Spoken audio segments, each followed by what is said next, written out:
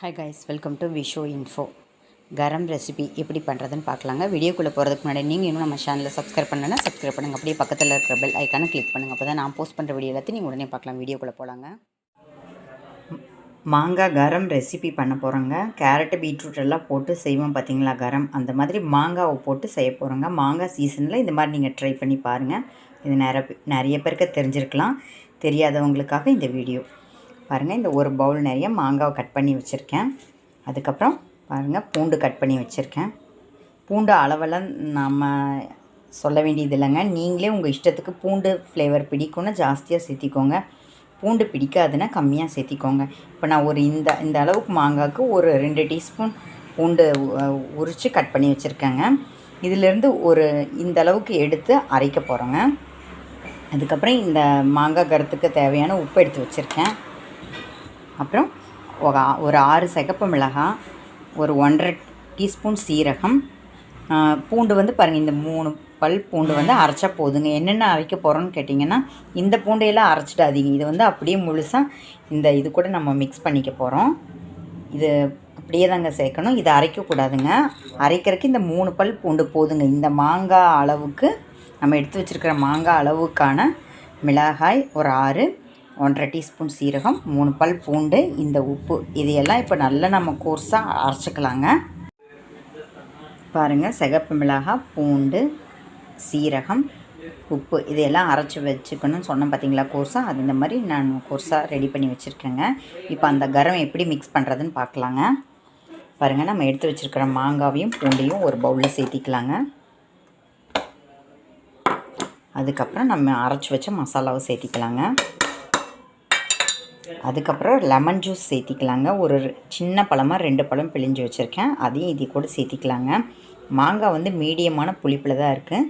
அந்த லெமன் ஜூஸில் ஒரு 1/4 ஸ்பூன் உப்பு சேர்த்திருக்கேங்க. அதையும் இப்போ நம்ம எல்லாம் சேர்த்தி மிக்ஸ் பண்ணிக்கலாங்க.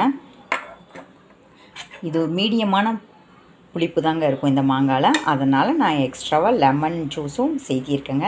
எப்படி இருந்தாலும் இந்த கருத்துக்கு லெமன் ஜூஸோட ஃப்ளேவர், பூண்டோட ஃப்ளேவர் சூப்பராக இருக்குங்க. அதனால் நீங்கள் பிடிக்கலையா அப்படிங்கிறத யோசிக்கிறத விட லெமன் ஜூஸும் இதில் சேர்த்தா தான் இந்த கரத்தோட டேஸ்ட்டு செமையாக இருக்குங்க.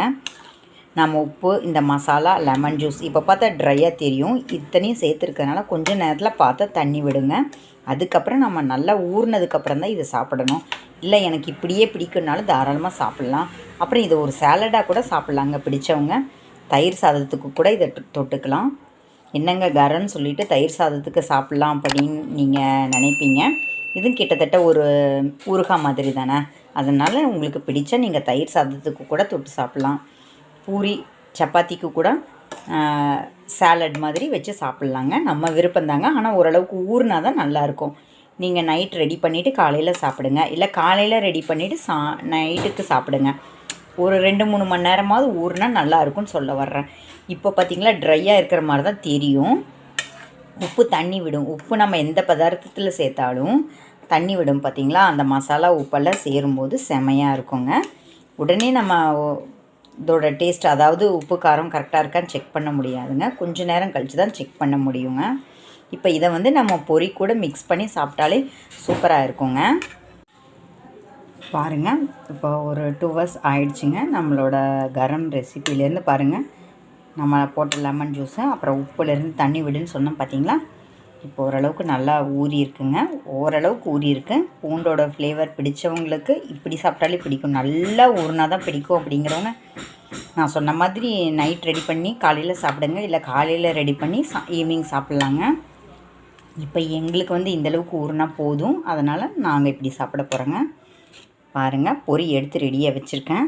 இது கூட நாம் எப்பவும் போல் கரம் மிக்ஸ் பண்ண கோகனட் ஆயில் மிக்ஸ் பண்ணுவோம் பார்த்திங்களா, அந்த மாதிரி மிக்ஸ் பண்ணிக்கலாங்க. கோகனட் ஆயில் 1 ஸ்பூன் ஊற்றியாச்சு. அதுக்கப்புறம் நம்ம எடுத்து வச்சுருக்கிற கரத்தை மிக்ஸ் பண்ணிக்கலாங்க. மிக்ஸ் பண்ணி அப்படியே சாப்பிட வேண்டியதுதான். இதுக்கு பூரி, அதாவது பூந்தி மிக்சர் இதெல்லாம் போட வேண்டியதில்லைங்க. இது ஒரு டிஃப்ரெண்ட்டான டேஸ்ட்டாக இருக்கும். அதனால் நீங்கள் வெறுமனே இப்படி சாப்பிட்டு பாருங்கள். அதுக்கப்புறம் கேரட்டு, பூந்தி, ஓமம் பொடி இதெல்லாம் வேணால் மிக்ஸ் பண்ணி சாப்பிட்டு பாருங்கள். ஆனால் இப்படி தனியாக சாப்பிட்டா தான் இந்த கரத்தோட டேஸ்ட்டு நல்லா தெரியுங்க. அதனால் இப்படி மிக்ஸ் பண்ணி சாப்பிடுங்க, செமையாக இருக்குங்க. பாருங்கள், நம்மளோட கரம் ரெசிபி மாங்காய் கரம் ரெசிபி ரொம்ப ஸ்பைஸியாக சூப்பராக செம்மையாக எம்மியாக ரெடி ஆகிடுச்சுங்க. நீங்களும் ட்ரை பண்ணி பாருங்கள். மாங்காய் சீசனில் மாங்காய் வச்சு என்னென்னமோ ட்ரை பண்ணியிருக்கோம். இதையும் நீங்கள் ட்ரை பண்ணி பாருங்கள்.